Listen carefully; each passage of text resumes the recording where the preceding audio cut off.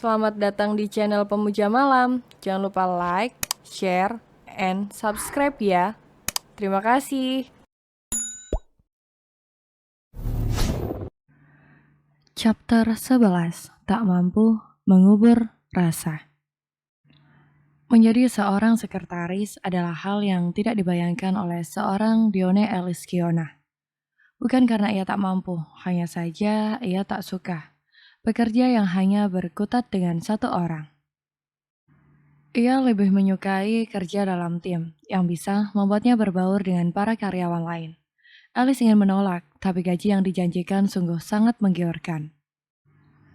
Ia tak menampik jika saat ini dirinya membutuhkan uang yang cukup untuk membesarkan putranya.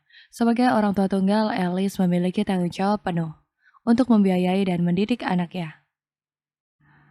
Bagaimana? Apa kamu menerima tawaranku? Apa gaji yang aku berikan masih kurang? Tama kembali bertanya, suaranya yang bas, menyadarkan wanita bermata bulat dengan bulu mata lentik itu akan lamunannya. Baiklah, saya bersedia Pak, saya akan mulai bekerja besok. Ujar Alice tegas. Tama tersenyum puas mendengarkan ucapan wanita di hadapannya itu. Alice akan berterima kasih pada Bianca. Lagi-lagi wanita itu membawa kemudahan dalam hidupnya. Ia tak pernah sanggup membayangkan. Seandainya wanita yang sedang menantikan kelahiran anak pertamanya itu tak ada di sisinya, mungkin ia akan melalui hari-hari yang sulit dalam hidupnya selama ini. Alice pamit pulang pada Tama.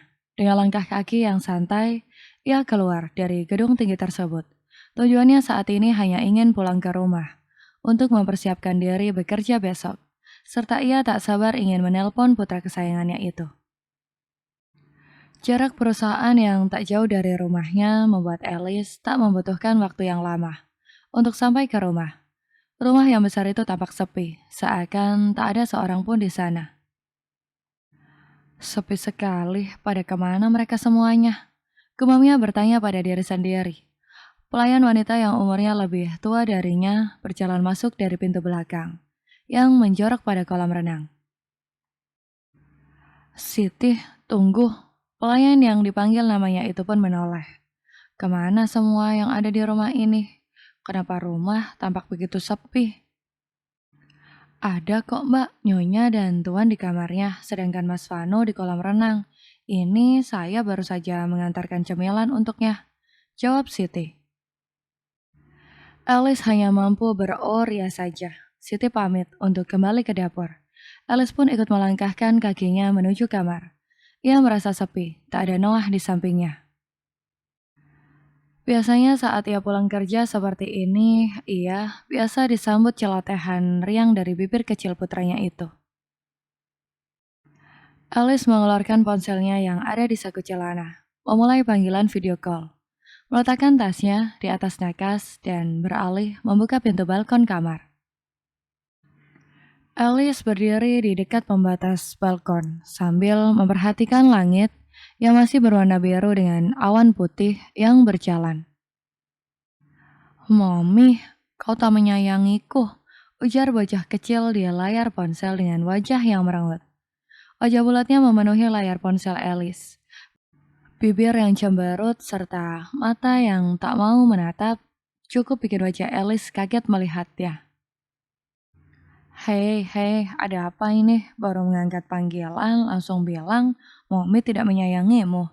Itu mana mungkin terjadi. Kau adalah cahaya di hidup Mami. Ada apa denganmu sayang? Apa ada yang membuatmu kesal? Tanya Alice lembut. Wajah Noah yang tak sedap dipandang sudah cukup menjelaskan. Jika bocah itu dalam suasana hati yang cukup buruk. Entah apa yang mempengaruhi suasana hatinya saat ini. Katakan, apa yang terjadi? Bukannya menjawab, bocah kecil itu justru hanya diam dengan bola mata yang berkaca-kaca. Layar ponsel tiba-tiba goyang dan mengeluarkan bunyi yang cukup kencang. Sepertinya ponsel itu terjatuh, serta layarnya menghadap langit-langit ruangan yang berwarna abu-abu dan biru cerah itu.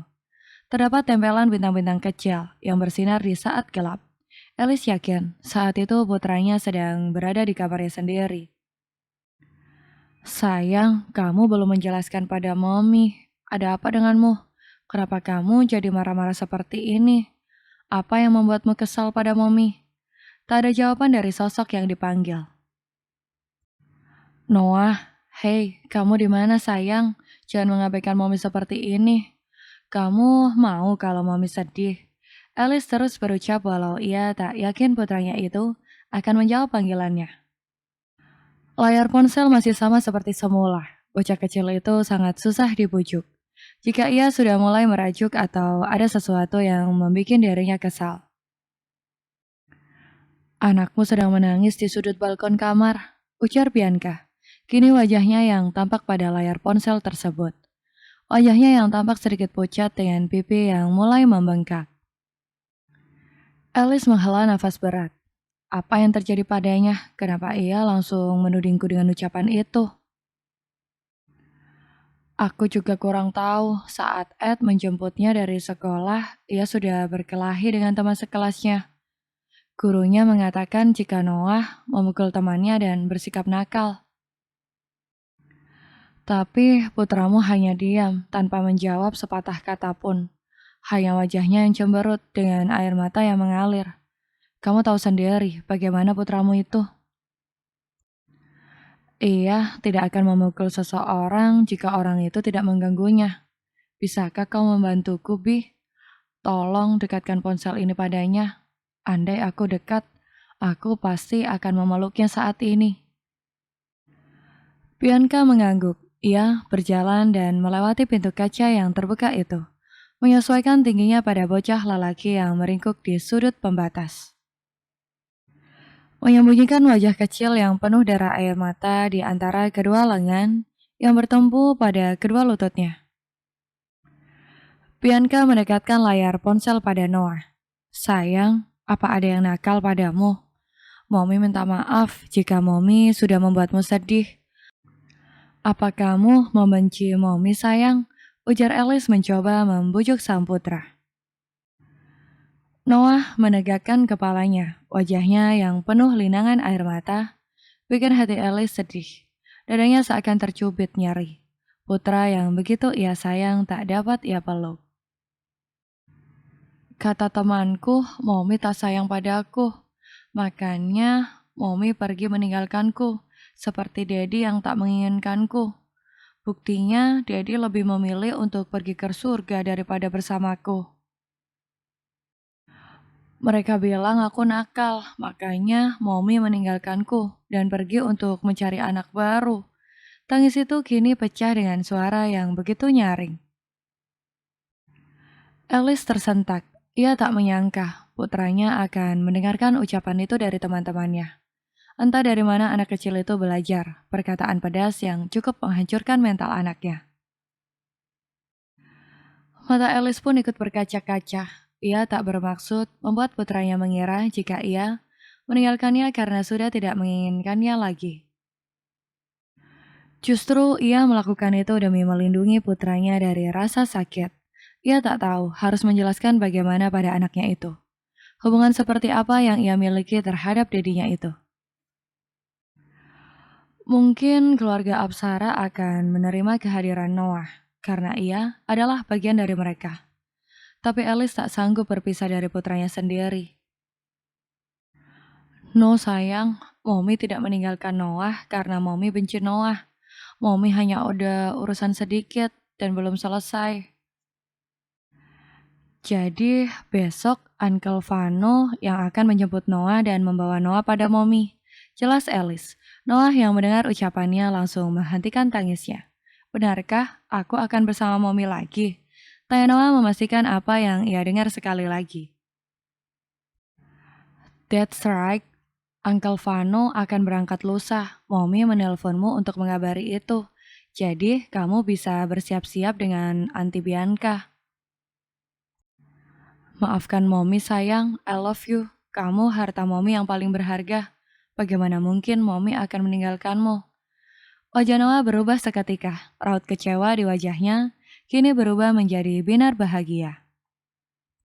Bocah kecil itu langsung mengusap air matanya dengan punggung tangannya. Alice semakin terenyuh melihat putranya dari balik layar. Terlepas dari masalah yang dihadapi orang tua, seorang anak hanya ingin dekat dengan orang tuanya. Ia ingin dimanja dan disayangi, tidak lebih. Setelah acara makan malam, Alice memilih untuk duduk di halaman belakang dekat kolam renang. Kaki jenjangnya ia biarkan menjuntai di dalam air. Mata sendunya memandangi pantulan rembulan di dalam air tersebut. Indah, namun terasa hampa. Pantulan hanyalah replika, sedangkan yang aslinya jauh untuk digapai. Saking asiknya menikmati kehampaan hati, sampai-sampai ia tak menyadari langkah kaki yang mendekat dan kini duduk sembari tersenyum di sampingnya. Alice tersentak. Ia pun menoleh dengan raut wajah yang malas pada Vano yang melipat kakinya dengan santai. Ada apa? Tanya Vano serius. Ia mengikuti pandangan mata Alice yang kembali menatap rembulan di atas air. Hening. Alice enggan menjawab. Ia masih ingin bergelut dengan pemikirannya sendiri. Ditemani kesunyian malam, Vano menghela nafas. Ia berpikir usianya yang muda membuat dirinya tak pantas untuk menjadi tempat berbagi, minim pengalaman atau mungkin tak cukup mengerti. Masalah kalau dipendam sendiri bisa bikin sakit. Kucing aja bisa mati karena sering melamun. Kelakarnya yang terdengar begitu garing. Konsep dari mana itu? Ngasal, dengus Alice. Ia menatap wajah lelaki muda yang kini lebih putih dari saat kecil dulu. Manik mata hitam legam itu memancarkan rasa keingintahuan yang besar, membuat Alice menarik sudut bibirnya membentuk lengkungan senyuman tipis. Apa kau masih ingat dulu saat aku menangis karena diajak teman-temanku? Kau pasti akan datang menghampiriku di sini dan mengajakku berbincang seperti ini. Ingatannya kini mulai berkelana, mengenang masa kecil mereka berdua. Iya, tentu saja aku ingat saat itu kamu nangis karena ditolak lelaki yang kamu sukai. Lelaki yang menjadi paling tampan di sekolah. Tapi sayangnya pernyataan cintamu itu ditolak karena kamu gendut. Taufano mulai pecah mengenang kisah cinta kakak perempuannya di zaman putih biru. Wanita belia yang baru saja mulai merasakan namanya tertarik dengan lawan jenis. Dada yang berdebar saat didekati lelaki yang mengusik malam-malam panjangnya. Melihat pujaan hati secara diam-diam, mampu membuat senyumnya mereka dengan pipi merona malu-malu. Alice pun ikut tersenyum. Ia baru sadar betapa bodohnya ia saat itu. Ia terlalu naif akan cinta yang tulus, seperti dongeng kartun Cinderella yang sering ia tonton. Atau seperti cerita pangeran dengan kuda putih yang berjuang menolong sang putri cantik dari beberapa orang penyamun. Bahkan tak jarang dirinya berhayal menjadi putri tidur yang terbangun karena kecupan mesra sang pangeran yang mencintainya. Kenapa lagi berhayal seberapa konyolnya dirimu dulu? Tebak Vano yang sukses mengalihkan pandangan mata Alice padanya. Bibir wanita itu mengerucut karena kesal dengan ledekan sang adik yang terdengar sedikit menyentil hatinya. Ia tidak marah, hanya malu akan kebodohannya saja. Namanya juga masalah pil, aku masih tidak bisa membedakan antara cinta dan obsesi saja. Jawab Alice cepat sembari membuang muka dengan wajah menutupi rasa malu. Vano mengusap-usap pipinya yang mulai terasa dingin karena hembusan angin malam yang membelai tubuhnya. Ia tak habis pikir bagaimana kakaknya bisa tahan dengan dinginnya angin malam. Bahkan dengan posisi kaki yang terendam di dalam air, padahal Alice hanya menggunakan kaos dengan lengan 7/8 dan celana jeans 4 jari di atas lutut saja. Apa kamu masih mencintainya, Alice? Alice tersentak mendengar ucapan adiknya itu secara tiba-tiba. Ia kembali menoleh dan menatap wajah lelaki dengan kumis tipisnya itu. Jangan panggil nama itu lagi, aku tak ingin mendengarnya. Lagi pula, siapa yang kamu maksud? Aku tak mengerti. Tentu saja mantan suamimu itu, lalu siapa lagi? Kenapa kau tiba-tiba mengungkitnya? Aku saja sudah lupa jika ada dia dalam hidupku. Vano menarik seringai di sudut bibirnya. Apa yang sedang kamu rencanakan, Alice? Bukannya menjawab, Vano justru melemparkan pertanyaan yang membuat suasana seketika menjadi canggung. Tatapan mata Alice kini tampak begitu sinis. Ia tak suka adiknya mencampuri hidupnya seperti itu. Lelaki yang ada di sampingnya ini seakan tahu segalanya, menelanjangi kehidupan Alice, hingga tak ada satu hal pun yang dapat ia sembunyikan darinya. Apa yang kamu katakan? Aku tak mengerti. Ujar Alice kembali menghindar. Ia mengangkat kakinya dari air, dan hendak berdiri dan beranjak dari tempat tersebut. Kamu masih mencintai Gavin, iya kan? Itu sebabnya kamu tak membawa Noah kembali ke sini, agar Noah tidak bertemu dengan Barah. Karena kamu tidak ingin menikah dengan lelaki yang tidak kamu cintai. Langkah kaki Alice seketika terhenti. Dadanya mulai naik turun dengan nafas yang mulai memburu. Ia menggigit bibir bawahnya dengan erat sebelum berbalik badan. Alice menghujamkan tatapan tepat di kedua bola mata lelaki yang lebih muda beberapa tahun darinya itu. Daripada mengejar cinta seseorang yang tidak pernah mengharapkanmu, bukankah lebih baik bersama seseorang yang selalu menempatkan dirimu pada posisi tertinggi di hatinya? Memangnya siapa yang menempatkan aku pada posisi tertinggi di hatinya? Tidak ada. Tidak ada yang akan mencintai wanita gendut yang tidak menarik.